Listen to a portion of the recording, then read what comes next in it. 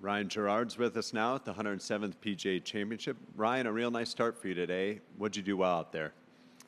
Yeah, I just played really solid for the first 16 holes, and I was just really kind of keeping my ball in good spots, making quality swings. And when I got out of position, I did a really good job of kind of giving myself a good look for par or making something happen. So was really pleased with the majority of the round. But overall, very solid start. Anytime you see your name at the top of the board, especially in a major, it's a very good thing.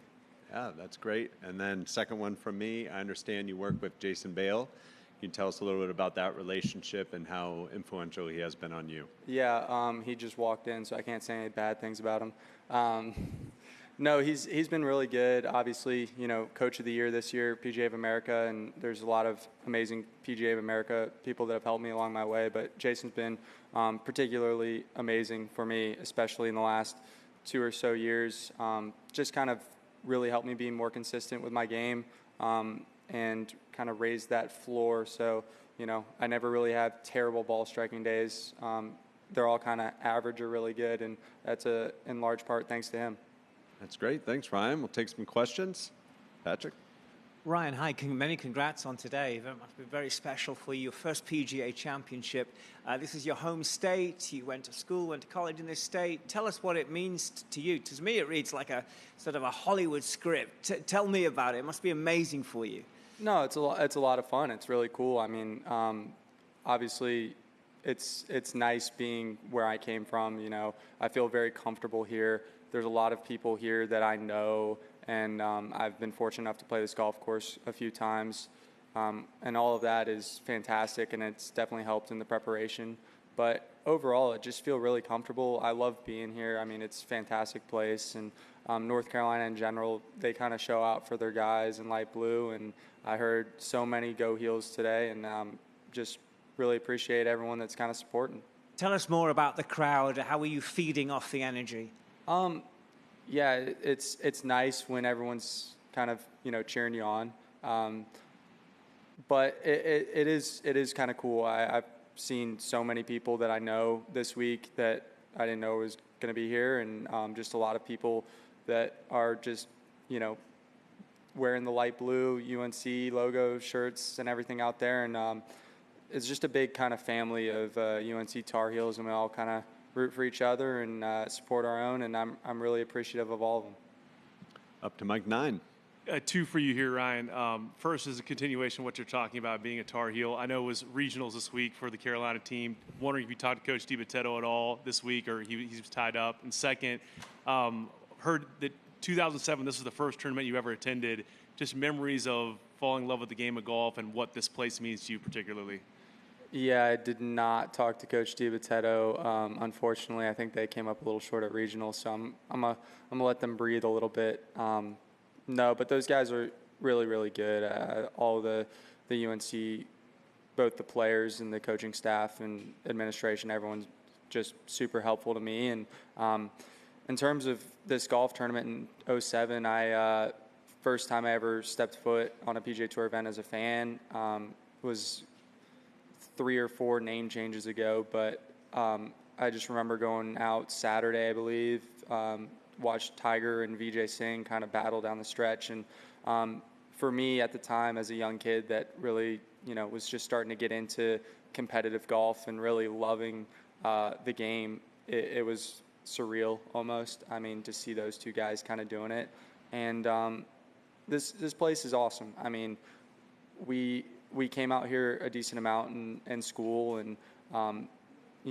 they were nice enough to have me play here in 2023 in the Wells Fargo when I was a special temporary member. So I have a lot of respect for the people here, and they've done great things for me in my career.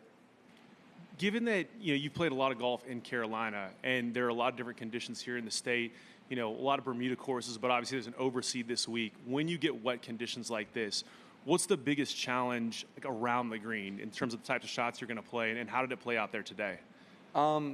Usually when you kind of get that grainy Bermuda, when it's wet, it's just really going to dig, so it's all about ball first contact. this Tahoma grass that they have kind of in the surrounds here makes it a little bit easier. You can kind of putt through it in certain spots if you don't love it, but it reacts really kind of firm, and you have to make good contact, but it needs a little bit of more pop to it if you're going to bounce through it. So you got to really trust the shots and hit your spots if you're going to bounce through it. But yeah, it's very comfortable for me kind of in this environment. I mean, I grew up playing golf through pine trees, and overseed is, a newer thing, but we play a lot of overseed in professional golf. So everything's very comfortable this week. Jim? Ryan, could you take us through that stretch? I know there's not a circle on your score at 9, but that's got to feel good to make par there, and then you run off 4 straight birdies. Can you take us through the clubs you hit there and what was? Yeah, so I got up and down from that kind of bunker on 7 to make birdie, and that was pretty easy up and down, and then kind of flubbed a bunker shot on 8 and made par. So I wasn't particularly happy, and 9 is a brute this week. They bumped that tee box way back, so I kind of gave it a little extra off that tee, which got me down there.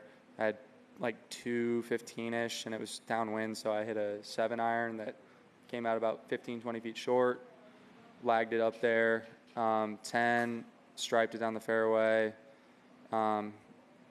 had 282-ish to the pin, hit a 3-wood pretty much right at it, and it just kind of rolled off to the right side and just bumped it kind of out of that collection area at about 4 feet or so.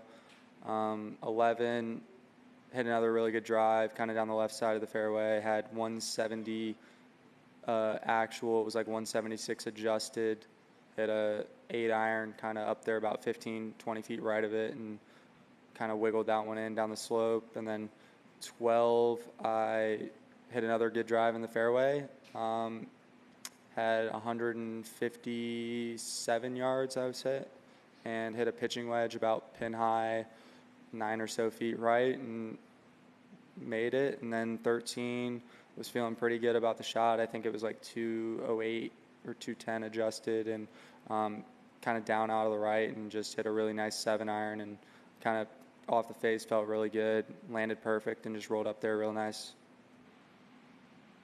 Thank you. Go up to Mike 16. Hey, Ryan. I wanted to ask you about another North Carolina guy who's playing really well at the moment, Alex Smalley. You grew up in the same area as him. How well do you know him, and did you ever play together while coming up? Yeah, I know Alex really well. He's a great kid. I mean, he's a little bit more quiet, but he's fantastic. I mean, you got to kind of dig into him a little bit, and he'll give you something back. But he's fantastic. Unfortunately, he went to Duke, so I can't be too nice to him. But we grew up playing a lot of junior golf events, kind of in the Triad area of North Carolina. He's from about an hour away from me, and we'd always kind of play in the same groups or similar. He was always a little older, but they kind of just grouped us together by age group. I was usually playing up in age, and he was kind of the younger of the next age group. So, I played with him dozens of times in junior golf and a couple times in college. And when you look up at the leaderboard at the end of the day, does it give you any additional pride to know that, hey, 2 of the top 4 guys are from North Carolina? A little bit. I mean, it's just cool to see, guys that growing up with playing well. And, when you're kind of young and getting into it, and you're like, one day I want to play in major championships and I want to play, at the highest level, it's kind of a dream, but to make that become a reality and see it be a reality for other guys that were alongside of you and working hard kind of next to you, and you could kind of see all that pay off, it is a little bit extra special. Wrap it up here with Adam. How would you describe your season to date? Solid. I feel like I've played really solid for a lot of stretches, and I had a couple higher finishes, but I'd say for the most part I've been kind of just hovering in that 15 to 30 range a lot of weeks, and that's not a bad thing, but I'm kind of looking to kind of step on the gas here. I feel like I'm playing better golf sometimes than what the results are showing, and that's definitely something that I got to learn from and score a little bit better sometimes. But I feel like over the course of a season, that stuff kind of evens out. The bounces kind of even out, the shots kind of even out, and I feel like I've played a lot of really good golf recently and haven't quite got as much out of it. So I'm hoping to continue the good golf and hope to get a little bit more out of it. What's the biggest change you've made to the swing since starting with your coach? I don't think I've really made a ton of – he's back there shaking his head. I haven't really made a ton of swing changes. We just do a little small setup kind of tweaks and checks and kind of some angles work and just really making sure that everything's dialed. I mean, I had a really good foundation with Carl Lauren, and Jason has really done a good job building on that. And, there's a lot of good things that both of them taught me kind of just about myself. So when I get out there on the middle of a round, if I feel a little bit off or I feel like things are going a certain way, I can just kind of circle back to the basics, do a little small adjustment or kind of just understand what's going wrong or what I might need to do to change it, and so I can get it back on track. You remember what you were doing the week of the PGA when it was here in 2017? That was my first week of college. I think I was moving into my dorm room. And then we came out here the week after the PGA to play our a round as a team, kind of one of their first rounds of the season. That was one of my first rounds as a college golfer. And the grandstands were still up, so we thought that was pretty cool.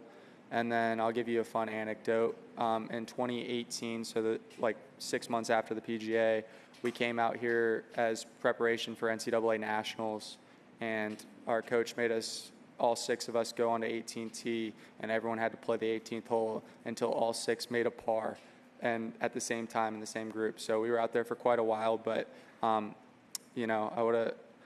learned a lot about the 18th hole on that day, and I hope that carries forward into this week. How do you define quite a while? Quail is it's a big ballpark. It took quite a while. Oh gosh. Hour? I mean, I want to say it took 4 or 5 times. We'd go, all 6 of us would play the hole as a group. 3 guys would make bogey, go back to the tee. All 6 of us would play. 2 guys would make bogey. And then you just didn't want to be that one guy that had the 10-footer for par that missed it for everyone to go back. So, I mean, it probably took an hour or so, but it was it was fun. And we did make it happen eventually. We weren't going to leave unless we made that happen.